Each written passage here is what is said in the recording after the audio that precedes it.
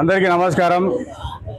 వీరంతా 2014-19 మధ్యలో టీడీపీ గవర్నమెంట్కు పూర్తిగా వెన్నుదన్నుగా నిలిచి ప్రభుత్వ పథకాలని ప్రజలకు తీసుకోవడానికి శాయశక్తుల కృషి చేసిన ఆర్పీలు.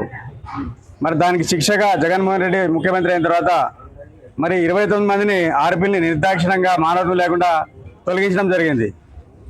మరి 5 ఏళ్ళు పాపం వాళ్ళు చాలా తిప్పలు పడి ఏదో కూలీ చేసేదో ఎలాగోలా జీవితం గడిపేసినారు. నెక్స్ట్ ప్రభుత్వం వస్తే మా బతుకులు బాగుపడకపోతాయని.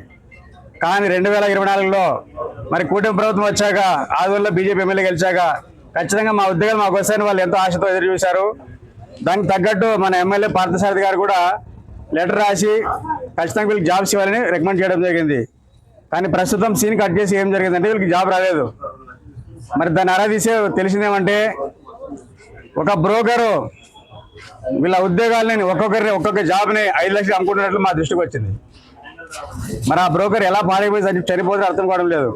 మరి ఇలాంటి వాళ్ళ కడుపు కొట్టడానికి వాళ్ళ మనసు ఎలా పోయిందని చెప్పి మేము మైనారిటీ హక్కుల పరిరక్షణ సమితి తరఫున ప్రశ్నిస్తున్నాము. ఎందుకంటే చూడండి, అంత పేద మహిళలు మరి వారు ఇంత అన్యాయంగా వారి పొట్టగొట్టే విధంగా మరి ఈ యొక్క రాజకీయ బ్రోకర్లు వ్యవహరించడం చాలా దుర్మార్గము. ఎమ్మెల్యే పార్థసారథి గారు ఖచ్చితంగా మరి వీరికి న్యాయం చేయాలని చెప్పి ఈ సభాముఖంగా మేము డిమాండ్ చేస్తున్నాము.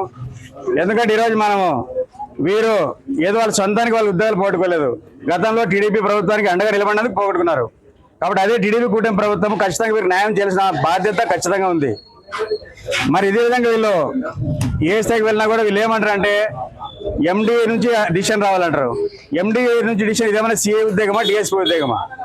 ఒక ఆర్పీ ఉద్యోగానికి ఎండీకి ఏం సంబంధం? చాలా దుర్మార్గమైన విషయము. వీళ్ళకి ఏజ్ రిలాక్సేషన్ కూడా ఇవ్వాల్సి వస్తుంది. ఎందుకంటే వీళ్ళు కోల్పోయింది ఒక చంద్రబాబు గారి గవర్నమెంట్ అండగా నిలబడినారు కాబట్టి ఖచ్చితంగా చంద్రబాబు గారి న్యాయం చేయాలి. అదేవిధంగా చంద్రబాబు గారి తరఫున మన ఆధునిక ప్రతినిధి ఎమ్మెల్యే పార్థసారథి గారు కాబట్టి కేవలం లెటర్ ఇచ్చి చేతులు దులుపుకోకుండా పార్థసారథి గారు ఖచ్చితంగా మీ బ్రోకర్లు ఎవరైతే ఉన్నారో కింద ఎవరో మీ పేరు చెప్పుకొని ఒక్కొక్క జాబ్ని 5 lakhs అమ్ముకుంటున్నారు. మరి ఇది చాలా దుర్మార్గము. మీరేమైనా వ్యాపారాలు చేసుకోండి, కాంట్రాక్ట్లు చేసుకోండి, ఇలా పేద మహిళలకు అడుపు కొట్టి మరి ఏం పురుగులు పడి చేస్తారో అర్థం కావడం లేదు. చాలా దుర్మార్గమైన వ్యవహారము. ఖచ్చితంగా ఎమ్మెల్యే పార్థసారథి గారు ఈ పేద మహిళలకి న్యాయం చేసి వీరందరికీ ఆర్పీ ఉద్యోగాలు ఇవ్వాలని చెప్పి డిమాండ్ చేసి లేని ఎడలా ఖచ్చితంగా వీరందరితో వెళ్ళి విజయవాడకు వెళ్ళి చంద్రబాబు గారి ఇంటి దగ్గర ధర్నా ప్రోగ్రాం కూడా ఉంటుందని ఈసారి హెచ్చరిస్తున్నాము.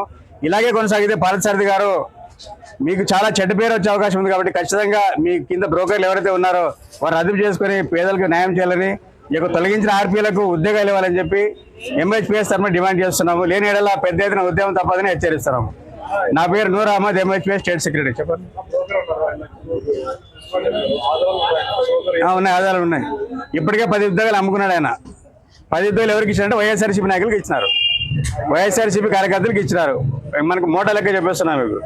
ఎందుకంటే ఒకవేళ డైరెక్ట్ టీడీపీలకు బీజేపీలకు ఇచ్చింటే కూటమికి జనసేనకి ఇచ్చింటే వైఎస్సీపీకి ఇచ్చినారంటే ఖచ్చితంగా అమ్ముకునే లెక్క అది.